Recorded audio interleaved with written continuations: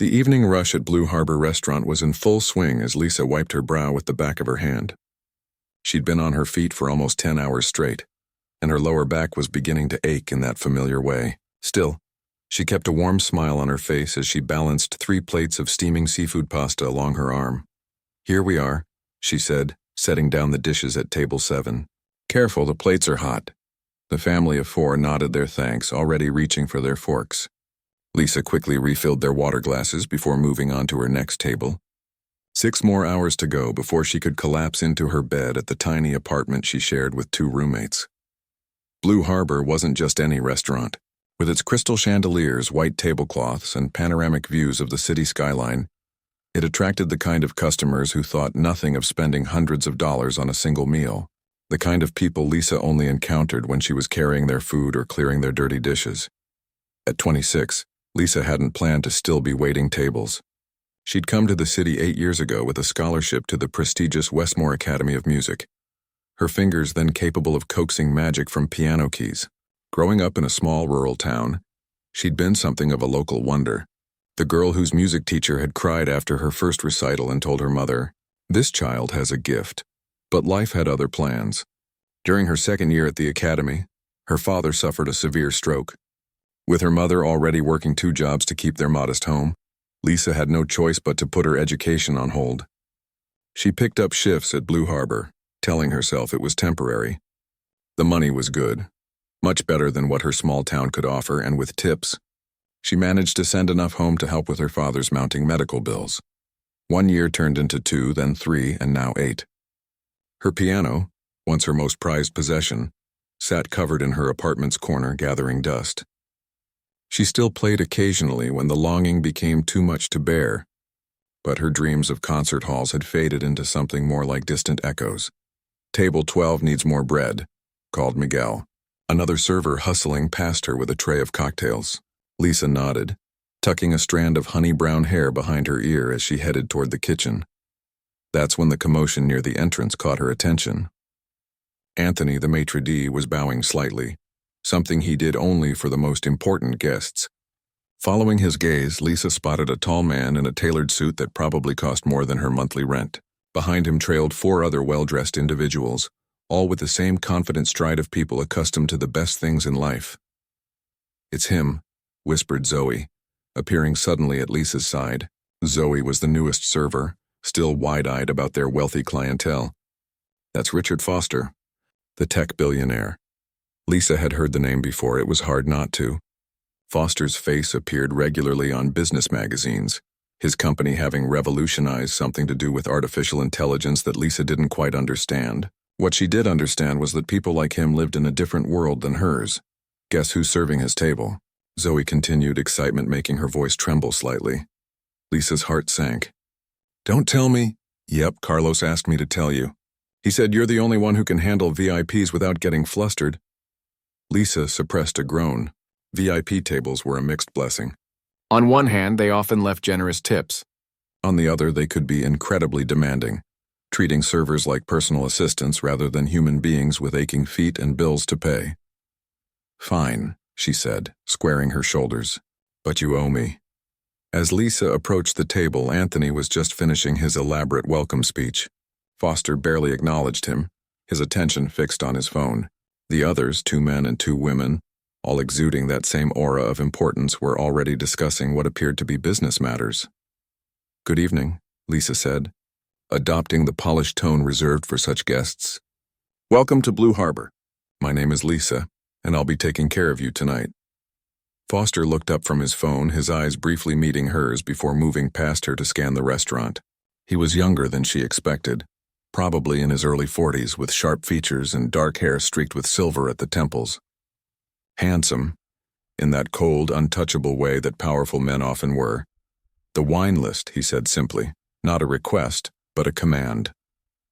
Lisa nodded, retrieving the leather-bound volume from the nearby stand. As she placed it on the table, she noticed the faint melody playing through the restaurant's speakers. Debussy's Clair de Lune. Something tightened in her chest. That piece had been part of her final recital before leaving school. "Would anyone like to hear about our specials this evening?" she offered. "That won't be necessary." said one of the women, barely glancing up from her tablet. We'll start with your best champagne. Lisa nodded again. Of course. Dom Pérignon 2008? This earned her a slightly surprised look from Foster. You know your champagnes? I know what our guests prefer, Lisa answered diplomatically. As she turned to retrieve the champagne, she heard Foster say something about the music being too melancholy. By the time she returned with the bottle and 5 crystal flutes on her tray, the restaurant's playlist had shifted to something more upbeat but equally tasteful, a jazz piece she didn't recognize. The evening progressed with the usual rhythm of a high-end service. Lisa brought appetizers of seared scallops and truffle risotto, cleared plates, recommended main courses, and kept glasses filled.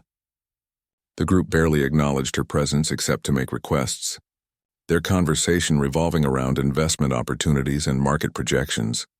It was during dessert, a selection of the pastry chef's creations, that things took an unexpected turn. The restaurant's resident pianist had arrived for the late evening performance and began playing a gentle rendition of Chopin's Nocturne in E-flat major.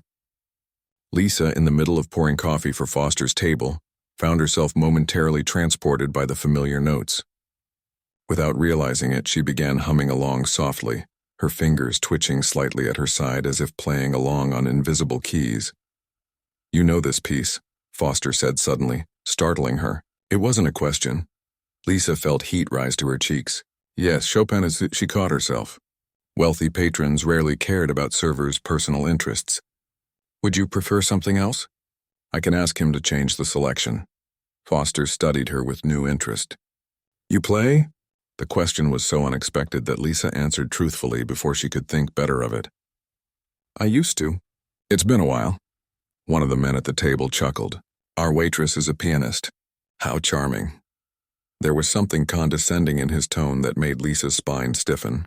These people had no idea who she was, what dreams she'd had to set aside. To them, she was just another server in an endless procession of people who existed to make their lives more comfortable. Not professionally, she said, keeping her voice level. Will there be anything else? Foster continued to watch her, his expression unreadable. Then, gesturing toward the grand piano in the corner of the dining room, he said, That instrument probably costs more than you make in a year. I wonder if you could do it justice. The table fell silent. Lisa felt her face grow hot with a mixture of embarrassment and indignation. Was he actually challenging her to play? Here now? Richard, one of the women murmured, looking uncomfortable.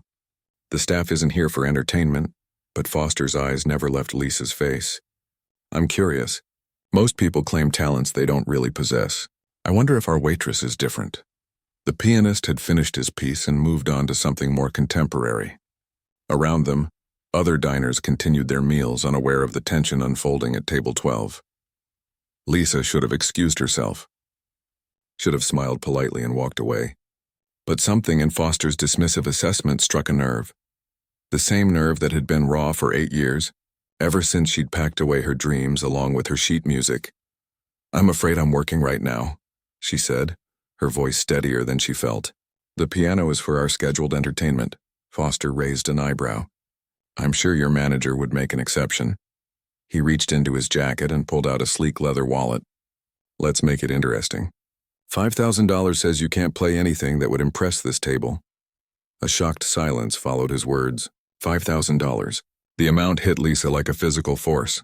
That was 3 months of rent. That was a significant chunk of her father's medical debt. That was... Richard, really, said one of his companions. This is inappropriate, but Lisa barely heard them. Her mind was racing. Could she still do it? It had been so long since she'd played seriously. Her hands were calloused now from carrying heavy trays, not from hours of practice. Yet the thought of touching those keys again, of proving herself to this arrogant man and his friends. I need to check with my manager, she said finally, surprised by the steadiness in her voice. As she walked away from the table, she could feel Foster's eyes following her. In the kitchen, Carlos, the floor manager, listened to her unusual request with widening eyes. He offered how much? He asked incredulously. 5,000. If I impress them, Carlos whistled low. And if you don't? Lisa hadn't considered that. I don't know. Humiliation, I guess. Can you actually play? Like really play? A memory flashed through her mind, standing on stage at Westmore, performing Rachmaninoff to a stunned audience, her fingers flying across the keys with a confidence she'd never felt in any other aspect of her life. "Yes," she said simply. "I can play." Carlos placed a hand on Lisa's shoulder, his expression a mix of concern and curiosity. "You don't have to do this. If he's being a jerk, I can ask him to leave." Lisa took a deep breath. The bustling kitchen around them seemed to fade away as she weighed her options. $5,000. The kind of money that could make a real difference in her life. But at what cost? "It's not about him being a jerk," she said finally. "It's about—" She struggled to find the words. How could she explain that for 8 years, she'd been running away from the one thing that had once defined her? That every time she served drinks or cleared tables, a part of her remembered what it felt like to lose herself in music? "It's about me," she finished simply. Carlos studied her face for a long moment, then nodded.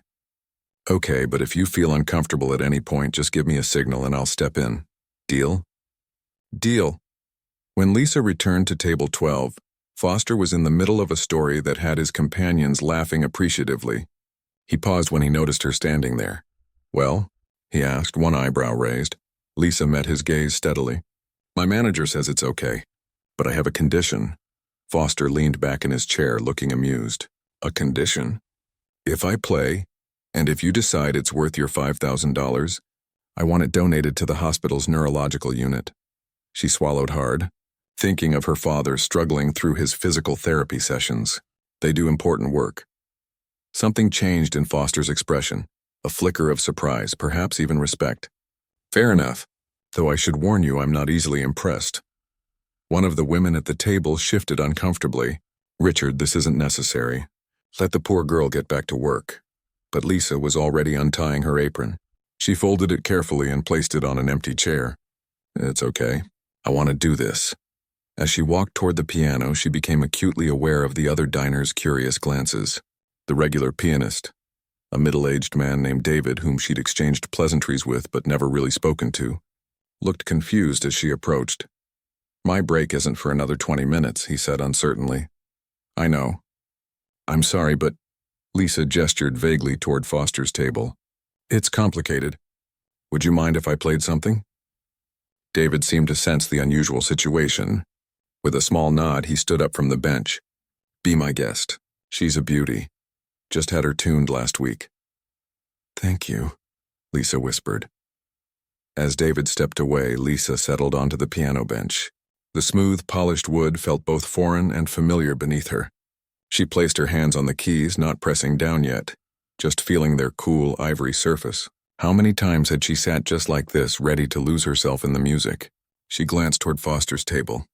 He and his companions were watching her with expressions ranging from amusement to mild embarrassment on behalf of what they clearly expected to be a fumbling attempt. Other diners had begun to notice something unusual happening, conversations quieting as heads turned toward the piano. Lisa closed her eyes for a moment. What should she play? Something flashy to immediately prove her skill? No, that wasn't her style. It never had been. She thought of her father, how he used to sit in their small living room, eyes closed, a smile playing on his lips as she practiced. Music should tell a story, he'd always said. Make me feel something. With that thought, she began to play. The first few notes of Beethoven's Moonlight Sonata filled the air, gentle, melancholy, and achingly beautiful. Lisa's fingers moved with a hesitancy born not of lack of skill, but of years away from serious playing. But as the familiar melody unfolded, that hesitancy melted away. Muscle memory took over, her hands remembering what her conscious mind had tried to forget.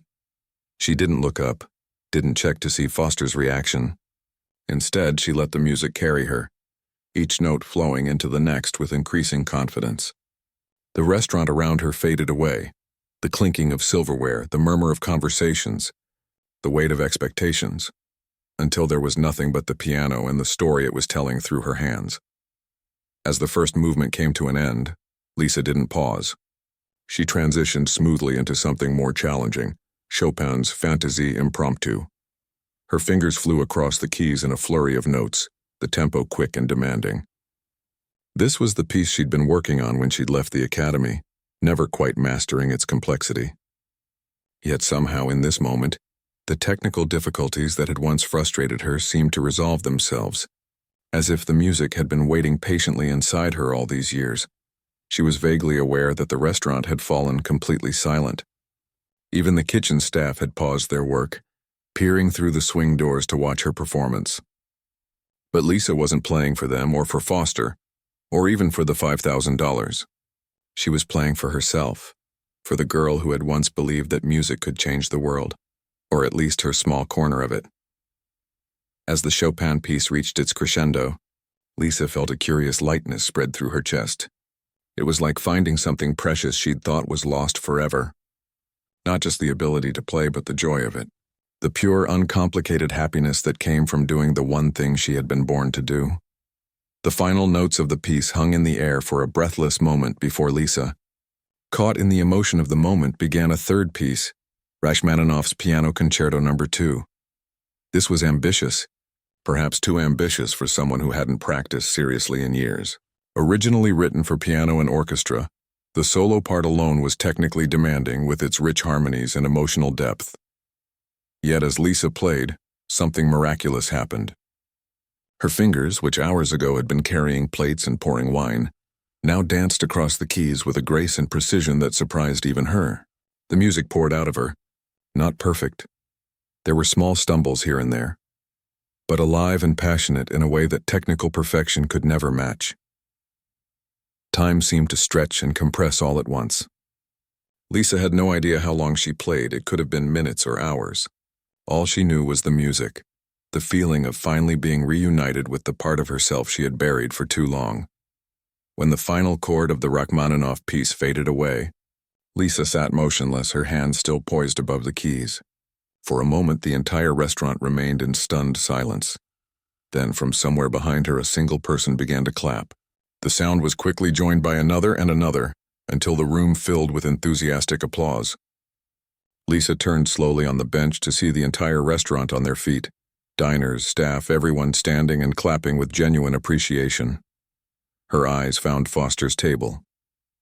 The tech billionaire was standing too, his expression no longer smug or challenging, but transformed by something that looked remarkably like awe. Beside him, one of the women was discreetly wiping a tear from her cheek. Lisa rose shakily from the piano bench, her legs feeling unsteady beneath her. The regular pianist, David, approached her with wide eyes. "That was incredible," he said, his voice barely audible over the continuing applause. "Where did you learn to play like that?" Before she could answer, Lisa saw Foster making his way toward her, weaving between tables with purposeful strides. The applause gradually subsided as people returned to their meals, though many continued to watch the unfolding scene with interest. Foster stopped a few feet away from her, studying her with new eyes, as if really seeing her for the first time. "You're not just a waitress," he said. It wasn't a question. "I'm a waitress who plays the piano," Lisa replied, surprised by the steadiness in her voice. "Or maybe I'm a pianist who waits tables." "I'm not sure anymore." Foster nodded slowly. "What's your name?" "Your full name." "Lisa Chen." "Well, Lisa Chen," he said, reaching into his jacket pocket. "I believe I owe you $5,000 for the neurological unit." He pulled out a checkbook and a pen, leaning against the piano to write. Lisa watched in disbelief as he filled out the amount. "Not for $5,000, but for $20,000. This isn't necessary," she began. But Foster shook his head. "I'm a man of my word. Ms. Chen, I said $5,000 if you impressed us." He tore the check from the book and held it out to her. "You didn't just impress us. You moved us. That's worth more." Lisa stared at the check, unable to speak. $20,000. It was an amount of money she couldn't quite comprehend in the moment, a sum that could change everything for her family. "I have another proposition for you," Foster continued when she didn't immediately take the check. "But perhaps we should discuss it somewhere more private than the middle of a restaurant." From the corner of her eye, Lisa could see Carlos watching carefully from near the kitchen, ready to intervene if needed. She gave him a small nod to indicate everything was okay. "I should get back to work," she said, suddenly remembering her tables, her responsibilities. "I have customers waiting." Foster smiled, a genuine smile, not the condescending one he'd worn earlier. "I think they'll understand. This isn't just about music, Ms. Chen. This is about potential, and I'm very interested in potential." Lisa stared at the check in her hand, the amount, $20,000, seeming almost unreal. She carefully folded it and slipped it into her pocket, afraid it might somehow vanish if she looked away. I really should get back to my tables, she said, glancing at the diners who were still watching them with undisguised curiosity. Foster nodded. Of course. But before you go, he reached into his jacket again and pulled out a business card. Call me tomorrow. I have some connections that might interest you. Lisa took the card hesitantly. The heavy cardstock felt expensive between her fingers, embossed with Foster's name and contact information in sleek, minimalist lettering. Thank you, she said, unsure what else to add. For the donation. Don't thank me yet, Foster replied with a slight smile. We may just be getting started. With that cryptic comment, he returned to his table, leaving Lisa standing by the piano, clutching his business card and feeling as though she'd just stepped into someone else's life. The rest of her shift passed in a blur. Word of her performance had spread quickly through the restaurant, and Lisa found herself the recipient of admiring glances and increased tips. Several customers asked if she would play again, requests she gently declined. What had happened at the piano felt private somehow, a personal revelation she wasn't ready to share again so soon. When her shift finally ended at midnight, Lisa's feet ached and her back was stiff, but her mind was too wired for sleep. Instead of heading straight to her apartment, she took a detour to the hospital across town. The neurological ward was quiet at this hour, only a skeleton staff moving efficiently through the dimly lit corridors. Lisa knew the night routine well. She'd spent countless hours here during her father's initial recovery, learning the rhythm of the ward, the soft beeping of monitors, the hushed conversations of the night staff. Her father's room was at the end of the hallway. She knocked softly before entering, not wanting to wake him if he was asleep. Dad, she whispered. It's me. Thomas Chen was awake, propped up against his pillows, a book open on his lap. His right side showed the lingering effects of his stroke, the slightly drooping corner of his mouth, the way his right hand lay curled and mostly unused beside him. But his eyes were as sharp and kind as ever, lighting up at the sight of his daughter. Lisa, he said, his speech just slightly slurred. What are you doing here so late? Is everything okay? Everything's fine, Lisa assured him, moving to sit on the edge of his bed. Better than fine, actually. Something happened tonight. Her father closed his book, giving her his full attention. This was one of the things she loved most about him, how completely he listened, as if whatever she had to say was the most important thing in the world. I played tonight. Dad, she said, her voice catching slightly, at the restaurant, on a beautiful grand piano. Her father's eyes widened and he reached out with his good hand to grasp hers. You played? The simple question held a world of understanding. He knew what it meant for her to return to the piano after so long. Lisa nodded, feeling tears prick at her eyes. It was like coming home. Like I'd been holding my breath for 8 years and finally let it out. She squeezed his hand. And something else happened too. She told him about Foster, the challenge, the check. As she spoke, her father's expression shifted from surprise to disbelief to cautious joy. $20,000? He repeated. For the neurological unit? Yes, and he wants me to call him tomorrow. He said he has connections that might interest me. Her father was quiet for a moment, thinking. What kind of connections? I don't know, Lisa admitted. But Dad playing tonight, it felt right. I'd forgotten how much I loved it. I never forgot, her father said softly. Sometimes when the nurses put on classical music in here, I close my eyes and pretend it's you playing. You always had a special touch, something no teacher could give you. A way of making the music breathe. Lisa felt a lump form in her throat. I gave it up for so long. You didn't give it up, her father corrected gently. You set it aside for a while. There's a difference. He shifted slightly in his bed, wincing a little at the movement. Life is long, Lisa. There's time for many beginnings. They talked for another hour, reminiscing about her childhood recitals, the upright piano they'd squeezed into their small living room, the sacrifices her parents had made for her lessons. It was nearly 2 a.m. when Lisa finally kissed her father goodbye and headed home. Her apartment was dark and quiet when she arrived, her roommates long since asleep. Lisa moved carefully through the shared living space to her small bedroom at the back.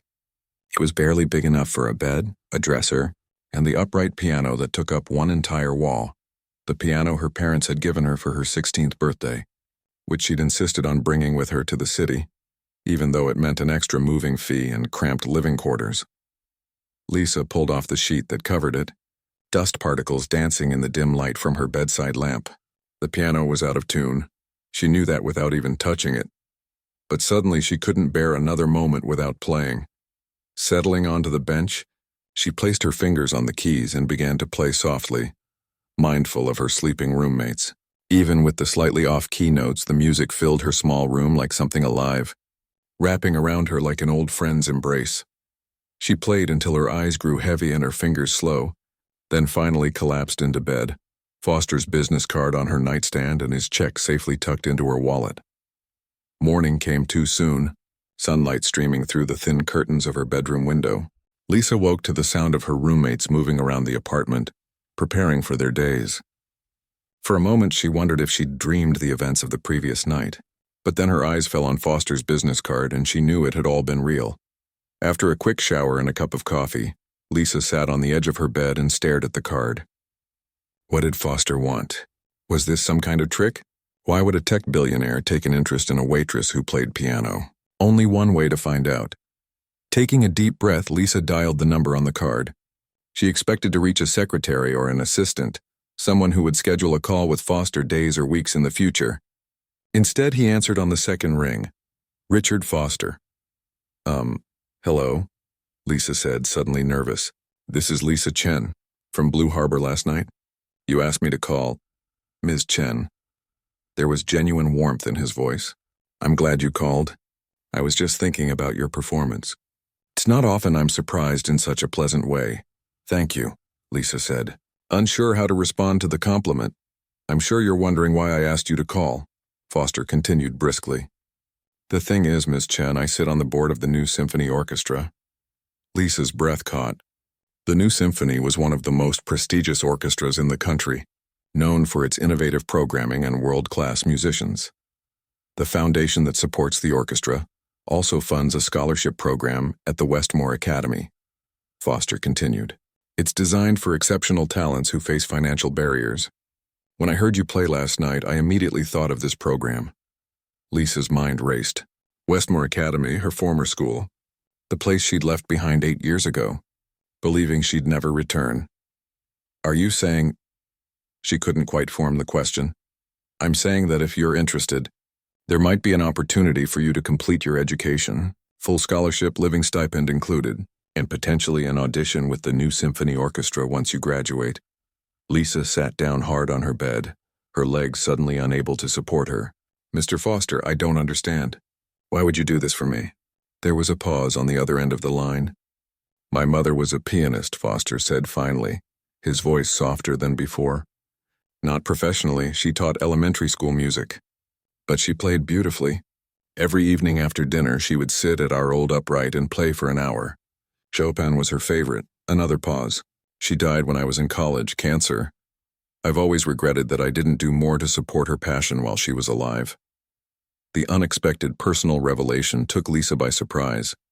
It was hard to reconcile this version of Foster, thoughtful, somewhat vulnerable, with the arrogant man who had challenged her at the restaurant.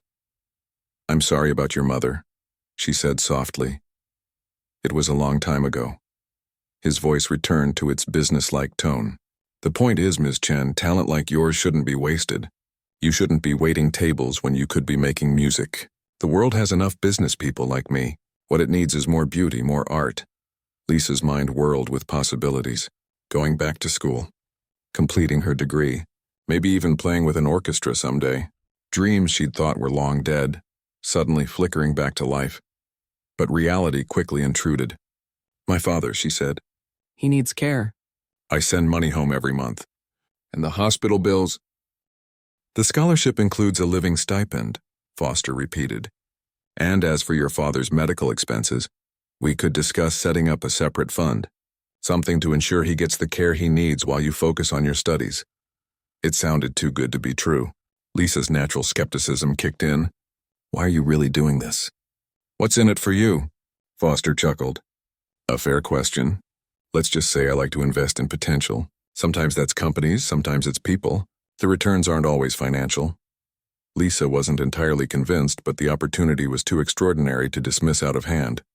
"Can I think about it?" she asked. "Of course. Take all the time you need."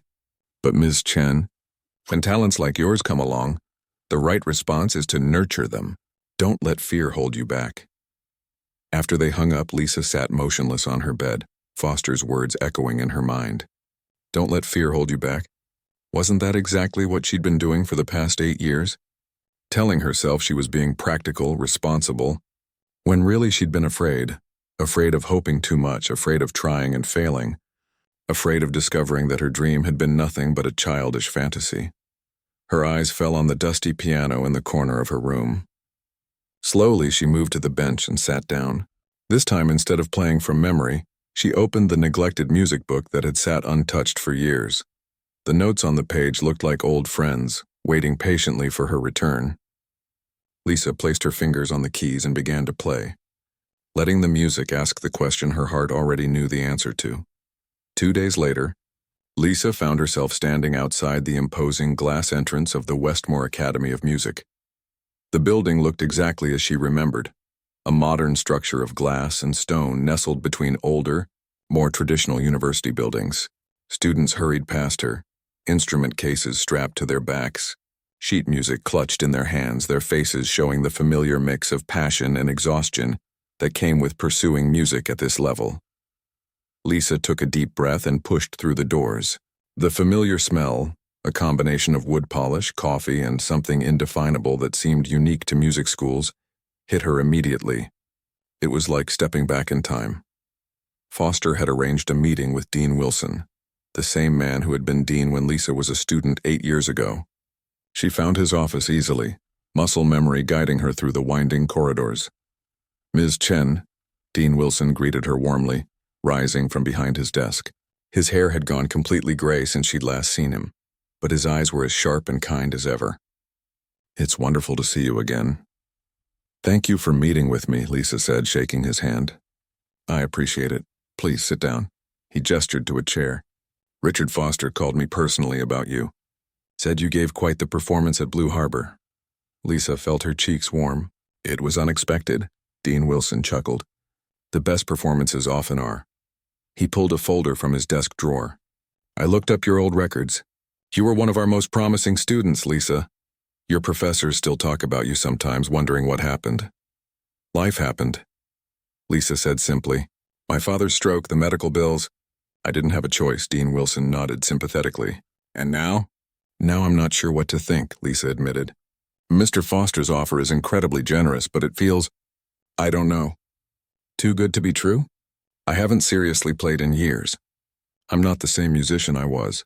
"Perhaps you're a better one," Dean Wilson suggested. "Technical skill is important, yes, but music is about more than that. It's about what you bring to it, your experiences, your emotions, your understanding of life." He leaned forward. "From what Foster told me about your performance, you've gained something in these years away." Lisa thought about the way the music had flowed through her that night. Different somehow from how she'd played as a student. Less technically perfect, perhaps, but more connected to something deeper. "The scholarship Foster is offering, it's real?" she asked. "Very real," Dean Wilson confirmed. "Full tuition, living expenses, even a special fund for your father's medical needs. Foster has been a generous supporter of our school for years, but I've never seen him take such a personal interest before." He smiled. "You must have really impressed him." "I still don't understand why," Lisa said. "Sometimes we touch people in ways we don't fully comprehend," Dean Wilson replied. "That's the magic of music. It reaches places words can't go." He opened the folder on his desk. "If you decide to accept, we can arrange for you to begin with the new term in January. You'd need to complete an audition, but that's mostly a formality at this point." "An audition?" Lisa repeated, a flutter of anxiety stirring in her stomach. Playing spontaneously in a restaurant was one thing. A formal audition, in front of professors who would be judging her technique, her interpretation, her worthiness, that was something else entirely. "Nothing to worry about," Dean Wilson assured her, seeming to read her thoughts. "Think of it as a chance to reintroduce yourself to the school, not as a test." As Lisa left the academy an hour later, her head buzzed with information, course requirements, practice room schedules, performance expectations. It all felt simultaneously familiar and overwhelmingly new. She walked without direction for a while, letting her feet carry her through the city streets as her mind worked through the possibilities. Eventually, she found herself at the entrance to Central Park. It was a beautiful fall day, the trees ablaze with red and gold, families and joggers enjoying the crisp weather. Lisa found an empty bench and sat down, watching children chase each other across the grass. Was she really considering going back to school at 26? Starting over after all this time? What if she failed? What if her talent had been nothing but a fleeting gift, one that had withered from neglect? Her phone buzzed in her pocket. It was a text from her father. "How did the meeting go?" "Call me when you can," Lisa smiled.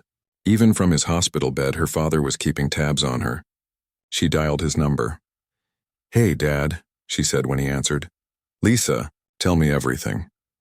She described the meeting with Dean Wilson, the details of Foster's scholarship offer, her mixed feelings about returning to school. "I don't know if I can do it," she confessed. "It's been so long. Everyone else will be younger, more practiced. Since when does my daughter worry about what others think?" Her father challenged gently. "This isn't about them. It's about you and the music. But what if I'm not good enough anymore?" The fear that had been lurking at the edges of her mind finally escaped into words. Her father was quiet for a moment. "Do you remember when you were 10, he said finally, "and you wanted to quit piano because you couldn't master that Beethoven sonata?" Lisa smiled at the memory. "You made me keep practicing for 2 more weeks. You said I couldn't quit on a failure. And after those 2 weeks, I played it perfectly at my recital," Lisa recalled, "and then decided I wanted to keep taking lessons after all." "You've never been afraid of hard work, Lisa," her father said. "Only of not living up to your own expectations. But sometimes we need to let go of those expectations and just do the thing we love because we love it." His words settled over her like a warm blanket. "When did you get so wise?" she teased. "Spending months in a hospital bed gives you a lot of time to think," he replied. "And I've been thinking that life is too short to not chase the things that light you up inside. When you played for me as a child, you glowed. I want to see that again." After saying goodbye to her father, Lisa sat for a while longer in the park, watching the afternoon sun filter through the autumn leaves. Then she pulled out Foster's business card and dialed his number. "Mr. Foster, it's Lisa Chen. I've decided to accept your offer." The next 3 months passed in a whirlwind of preparation. Lisa gave notice at Blue Harbor, where Carlos hugged her goodbye and made her promise to invite him to her first concert. She practiced daily on her out-of-tune upright, gradually rebuilding the calluses on her fingertips and the strength in her hands. Foster arranged for her father to be transferred to a rehabilitation facility connected to the university hospital, where he would have access to cutting-edge treatments and be closer to Lisa once she started school. 2 weeks before Christmas, Lisa faced her formal audition at Westmore. Despite Dean Wilson's assurance that it was merely a formality, she prepared meticulously, selecting pieces that showcased both technical skill and emotional depth. On the day of the audition, she arrived early, her hands trembling slightly as she warmed up in a practice room. "You've got this," she whispered to herself, running through scales one last time before heading to the recital hall. The audition panel consisted of 3 professors, all looking pleasantly interested rather than critically judgmental. Dean Wilson sat among them, giving Lisa an encouraging nod as she took her place at the gleaming grand piano. "Whenever you're ready, Ms. Chen," one of the professors said. Lisa closed her eyes for a moment, centering herself. Then she began to play Bach's Prelude in C major, the same piece she had started with at Blue Harbor. The familiar notes flowed from her fingers, each one clear and purposeful. She followed with Chopin's Ballad No. 1 in G minor, a challenging piece that required both technical precision and emotional nuance. As she played the final piece, Debussy's Clair de Lune, Lisa felt a strange sense of homecoming. This was where she belonged, where she had always belonged. The years away hadn't diminished her love for music. They had deepened it, given it context and meaning beyond the notes on the page. When she finished, the panel was silent for a moment. Then they began to applaud, not the polite perfunctory applause of evaluators, but the genuine appreciation of fellow musicians who had been moved. "Welcome back to Westmore, Ms. Chen," Dean Wilson said, his eyes twinkling. I think I speak for all of us when I say we're very much looking forward to having you with us again.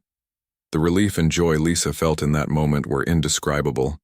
It was like putting down a heavy burden she'd been carrying for years without realizing how much it had weighed on her. As she gathered her sheet music, one of the professors, an older woman Lisa didn't recognize, approached her. "That was quite remarkable," she said. "You play with a maturity most of our students haven't yet developed. May I ask who you've been studying with during your absence?" "Life," Lisa answered honestly. "I've been studying life," the professor smiled. "The best teacher of all. Though perhaps not for scales and arpeggios." Lisa laughed. "No, I'm a bit rusty on the technical side. Nothing that can't be polished with practice," the professor assured her. "But the emotional intelligence in your playing, that's something that can't be taught." She extended her hand. "I'm Professor Diane Miller. I'll be your primary instructor starting in January." "It's nice to meet you," Lisa said, shaking her hand. "I'm looking forward to it." As Lisa left the academy that day, snow had begun to fall, soft white flakes drifting from a gray December sky. She tilted her face upward, letting the cold kisses of snow land on her cheeks, her eyelashes, her lips. For the first time in 8 years, she felt completely, unreservedly happy. Her phone rang. It was Foster. "How did it go?" he asked without preamble. "It went well," Lisa said, unable to keep the smile from her voice. "Really well. I'm in. Excellent. I never doubted it." There was a pause. "Listen, the new symphony is doing a special Christmas concert next week. The director would like to meet you. No pressure, just an introduction." Lisa's heart skipped a beat. The director of the new symphony orchestra wanted to meet her? "Why?" she asked, bewildered. "I'm not nearly ready for—" "Just a meeting," Foster repeated. "He likes to keep an eye on promising talent. Think of it as networking for your future." Future. The word hung in the air like a promise. A future in music. The future she had once dreamed of and then reluctantly set aside. It was suddenly within reach again, not as a vague someday, but as a concrete possibility. "Okay," Lisa agreed. "I'd like that." As she continued her walk home through the gently falling snow, Lisa found herself humming, then singing softly, her voice joining the music that had never really left her. It had just been waiting, patiently, for her to find her way back. 1 year later, Lisa sat in the green room of the grand concert hall, trying to calm her racing heart. Through the walls, she could hear the murmur of the audience filling the auditorium, nearly 2,000 people waiting to hear the new symphony orchestra's spring showcase. And tonight, for the first time, they would hear her too. "Nervous?" a voice asked. Lisa looked up to see Professor Miller smiling down at her. "Terrified," Lisa admitted with a shaky laugh. "I think I might throw up." "That's normal," Professor Miller said, sitting beside her. "Every great pianist feels that way before a performance. The day you stop being nervous is the day you stop caring enough to be great." Over the past year, Professor Miller had become more than just an instructor to Lisa. She had become a mentor, a guide through the challenging process of reclaiming her musical identity. Under her tutelage, Lisa had worked tirelessly, often practicing 6 or 7 hours a day, rebuilding her technique while deepening her interpretive skills. The work had paid off. 3 months into her return to Westmore, Lisa had been selected to perform in the school's prestigious winter showcase. Her performance of Rachmaninoff's Piano Concerto No. 2 had caught the attention of several faculty members and, more importantly, the director of the new symphony orchestra, who had been in the audience that night. What followed was both unexpected and thrilling, an invitation to perform as a guest soloist with the new symphony for their spring concert. It was an extraordinary opportunity for any pianist, let alone a student who had been away from formal music training for 8 years. "Remember what we talked about," Professor Miller said, patting Lisa's hand. "The audience isn't your enemy. They're there because they love music. Share your love with them and the rest will take care of itself." Lisa nodded, trying to absorb the wisdom. A stage manager appeared at the door. 10 minutes, Ms. Chen." "I'll leave you to your final preparations," Professor Miller said, rising. "But Lisa, I'm proud of you. No matter what happens tonight, remember that." As the door closed behind her professor, Lisa took a deep breath and walked to the mirror.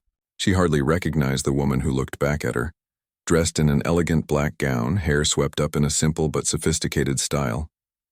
A year ago, she'd been in a server's uniform, carrying plates and pouring wine. The journey from there to here seemed almost impossible. and yet she had lived it. Step by step. Lisa reached into her small clutch purse and pulled out a faded photograph. Her father at her childhood piano recital, his face beaming with pride. She wished he could be here tonight sitting in the audience, but his health had taken a turn for the worse last month. Though the specialized care Foster had arranged had improved his condition significantly, he still wasn't strong enough for outings, especially one as stimulating as a concert. "I'm playing for you tonight, Dad," she whispered to the photo before carefully tucking it away. A light knock on the door pulled her from her thoughts. She opened it to find Richard Foster standing there, impeccably dressed in a tuxedo. "May I come in?" he asked. Lisa nodded, stepping back to allow him entrance. Over the past year, her relationship with Foster had evolved from cautious gratitude to genuine friendship. She had discovered that beneath his sometimes brusque exterior was a man of deep passion for the arts and unwavering commitment to the causes he believed in.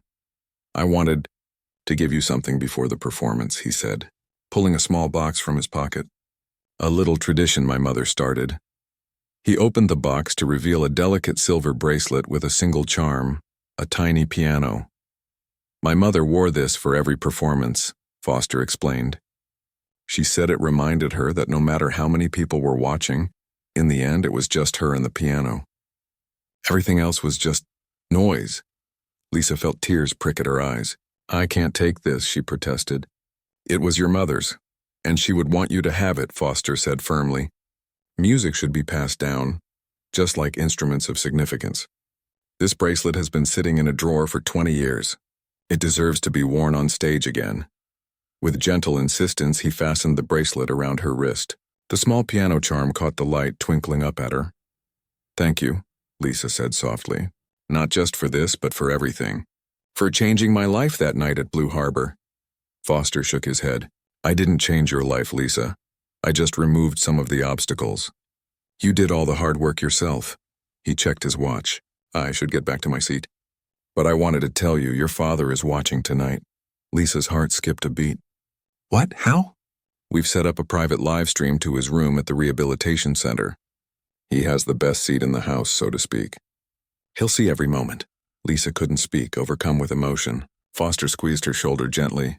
"Knock them dead," he said with a smile, and then he was gone. The stage manager reappeared. "2 minutes, Miss Chen. Are you ready?" Was she ready? Lisa looked down at the silver bracelet on her wrist, thought of her father watching from his hospital room, remembered the long journey that had brought her to this moment. Yes, she was ready, more than ready. "I'm coming," she said. The walk from the green room to the stage was both the longest and shortest of her life. Lisa could hear the orchestra finishing their previous piece, the applause that followed, and then the conductor's voice introducing her. "A remarkable young pianist whose journey to our stage tonight is as extraordinary as her talent. Ladies and gentlemen, please welcome Lisa Chen." The spotlight hit her as she walked onto the stage, momentarily blinding her to the sea of faces beyond. Lisa made her way to the gleaming grand piano at center stage, taking a moment to adjust the bench before sitting down. The silence in the hall was absolute, 2,000 people holding their breath, waiting for her to begin. Lisa placed her hands on the keys. The cool ivory beneath her fingers felt like an old friend, welcoming her home. She closed her eyes briefly, centering herself in the moment. Then, with a slight nod to the conductor, she began to play. The opening notes of Tchaikovsky's Piano Concerto No. 1 filled the concert hall, bold and commanding. This was not a piece for the faint-hearted. It required technical prowess, emotional depth, and an almost supernatural stamina. But as Lisa played, all her fears and doubts melted away, replaced by a pure connection to the music. She was no longer conscious of the audience, the orchestra behind her, or even her own body. There was only the music, flowing through her like a living thing, each note leading inevitably to the next. Her fingers found the keys without conscious thought, as if the piano itself were guiding her through the complex passages. When the final triumphant chords of the concerto rang out, Lisa remained frozen for a moment, her hands hovering above the keys, waiting for the last vibrations to fade into silence. Then, like a wave crashing to shore, the applause began, hesitant at first, then building to a thunderous roar. The audience rose to their feet, their applause punctuated by cheers and bravos. Lisa stood shakily, turning to acknowledge the orchestra before facing the audience again. The standing ovation continued, washing over her in waves of sound and emotion. She took one bow, then another, her eyes scanning the crowd until she found Foster in the front row, applauding with undisguised pride. As she made her way backstage after multiple curtain calls, Lisa was met by a flurry of congratulations from orchestra members and staff. Professor Miller enveloped her in a tight hug, whispering, "Magnificent," in her ear. But the most meaningful reaction came later, when Lisa, still in her concert gown, rushed to the rehabilitation center to see her father. She found him sitting up in his bed, eyes bright with unshed tears. "I saw it all," he said as she entered the room. "My little girl playing on that big stage. Just like we always dreamed." Lisa sat on the edge of his bed, taking his hand in hers. "I felt you there with me," she said. "Every note was for you." Her father squeezed her hand. "No," he corrected gently. "Every note was for the music. That's what makes you special, Lisa. You don't play for applause or recognition. You play because the music lives inside you and always has." 6 months later, Lisa stood in the wings of another concert hall, this one in Vienna. As a newly appointed junior pianist with the new symphony orchestra, she was on her first international tour, a dream she had scarcely allowed herself to imagine just 2 years ago. Her father was in the audience tonight, seated next to Foster. His health had improved enough for carefully planned travel, and he had insisted on coming to Vienna, a city he had always wanted to visit. "To hear my daughter play in the music capital of the world," he had said, "is worth any discomfort." Lisa fingered the silver bracelet on her wrist, now a talisman she wore for every performance. The tiny piano charm had been joined by another, a small heart her father had given her before her first official performance with the orchestra. 5 minutes. "Ms. Chen," the stage manager whispered. Lisa nodded, thinking back to that fateful night at Blue Harbor. How close she had come to declining Foster's challenge, to staying safely in the life she knew rather than risking failure by reaching for something more. One simple choice had altered the course of her life completely. But it wasn't really about Foster's challenge, she realized now. It wasn't even about the scholarship or the opportunities that followed. It was about finding the courage to return to the things she loved, to reclaim the part of herself she had set aside but never truly lost.